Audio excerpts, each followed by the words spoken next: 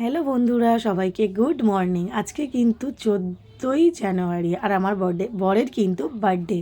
তো দেখো, রাত 12টার সময় আমার বান্ধবীরা নিয়ে এসেছিলো কিন্তু কেক, আর আমি কিন্তু কিচ্ছু নিয়ে আসিনি। এটাই কিন্তু বলেছিলাম আমার বরকে। হ্যাঁ, অনেক কিছু প্ল্যান ছিল, বাট এবছর কিচ্ছু আমি করছি না বা করব না। কেননা এবছর এতটাই আমাদের মুড অফ, আর কি বলবো, মানে আমার বরেরও মুড অফ, বাট ওটাও দেখাতে চায় না। বাট মেয়েরা তো করতে পারে না, না, মানে শুধু কান্না করছি, শুধু কান্না করছি সবার সামনে থেকে, যেটা হয়। আর আমি সবার সামনে মুড অফ করে থাকতে পারি না, যতই আমার মুড খারাপ থাকুক না কেন, পারি না আমি।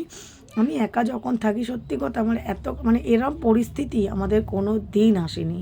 আর চাই যেন সবারই কষ্ট করে, মানে খেটে কিছু করে, চাই যেন তাদের কোনো দিন কোনো প্রবলেমের না ফেস হতে হয়। হ্যাঁ, তো এই রকমই একটা বিষয়ে আমরা আটকে পড়েছি আর কি।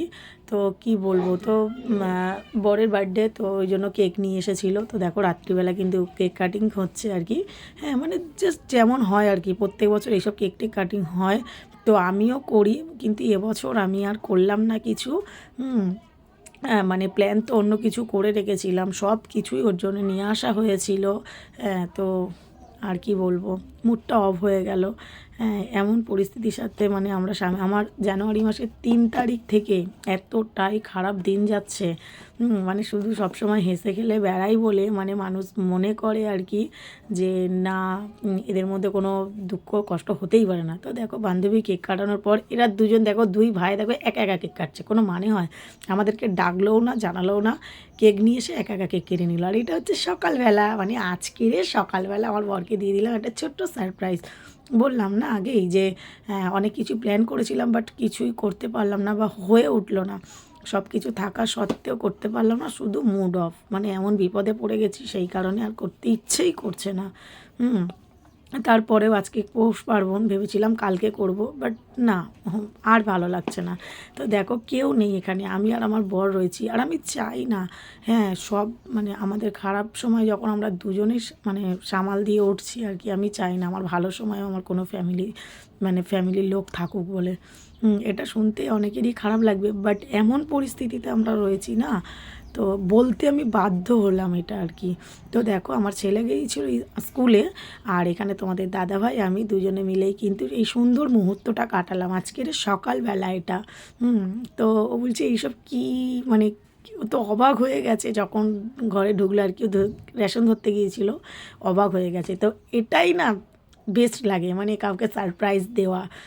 সারপ্রাইজ পেতে যেমন ভালো লাগে, দিতেও কিন্তু বেশ ভালো লাগে। এই যে গিফটের থলিটা আমি দিলাম, এটা একটু অন্যরকম ভাবনা চিন্তা ছিল, কিন্তু কী করব, ব্যাড লাগ, এবছর ব্যাড লাগ, সত্যিই ব্যাড লাগ আমাদের। যেন এবছরটা 2026টা মানে কিভাবে কাটাবো সারাটা বছর জানি না। শুরু থেকেই যদি এইরকম হতে থাকে, তার সারাটা বছর কিভাবে কাটাবো সত্যিই জানি না। তো এক এক করে গিফট ওপেনিং করছে আমার বর।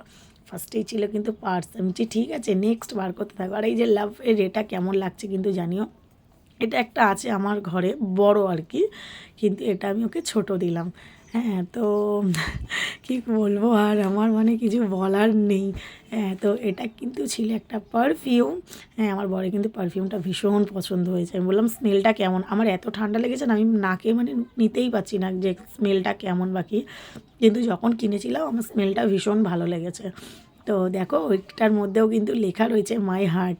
তো সত্যি কথা, আমার মানে লাইফে, মানে বলতে পারো মাই হার্ট, মানে সত্যি আমার হার্ট বলতে পারো। কেননা এমনও খারাপ পরিস্থিতি থেকে মানে গেছি না, আমি চলে গিয়েছিলাম, সেখান থেকে কিন্তু একমাত্র ওই আমায় ফিরিয়ে নিয়ে এসেছিলো। আর বলে না, আমরা মেয়েরাও কিন্তু সহ্য করতে পারি না, বাট ছেলেরা কিন্তু অনেক কিছুই সহ্য করতে পারে, মানে মুখ বন্ধ করে সেটা সহ্য করে নেয়। বাট ওর জায়গায় যদি আমি থাকতাম, আমি পারতাম না সহ্য করতে।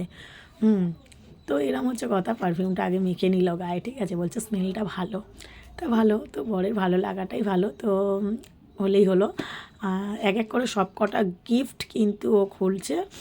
তো কী কী গিফট আমি দিলাম সেটা তোমাদেরকে লাস্টে দেখাচ্ছি, দাঁড়াও। হ্যাঁ, তো আর কি বলবো, তো এই ছিল ভিডিও আজকের মতো। তো কেমন লাগলো জানিও ভিডিওটা, আর আমার বরকে কিন্তু সবাই বার্থডে উইশ করে দিও গাইস। তো দেখো, এখানে হয়ে গেছে। এই ছিল আমাদের গিফট, চকলেট, মোজা, জামা, তারপরে কি বলে মানি ব্যাগ, একটা রেড শার্ট, হ্যাঁ এই ছিল গিফট, আর ছিল একটা ছোট্ট একটা কেক। তো চলো আজকের মতো টাটা বাবাই, টেক কেয়ার।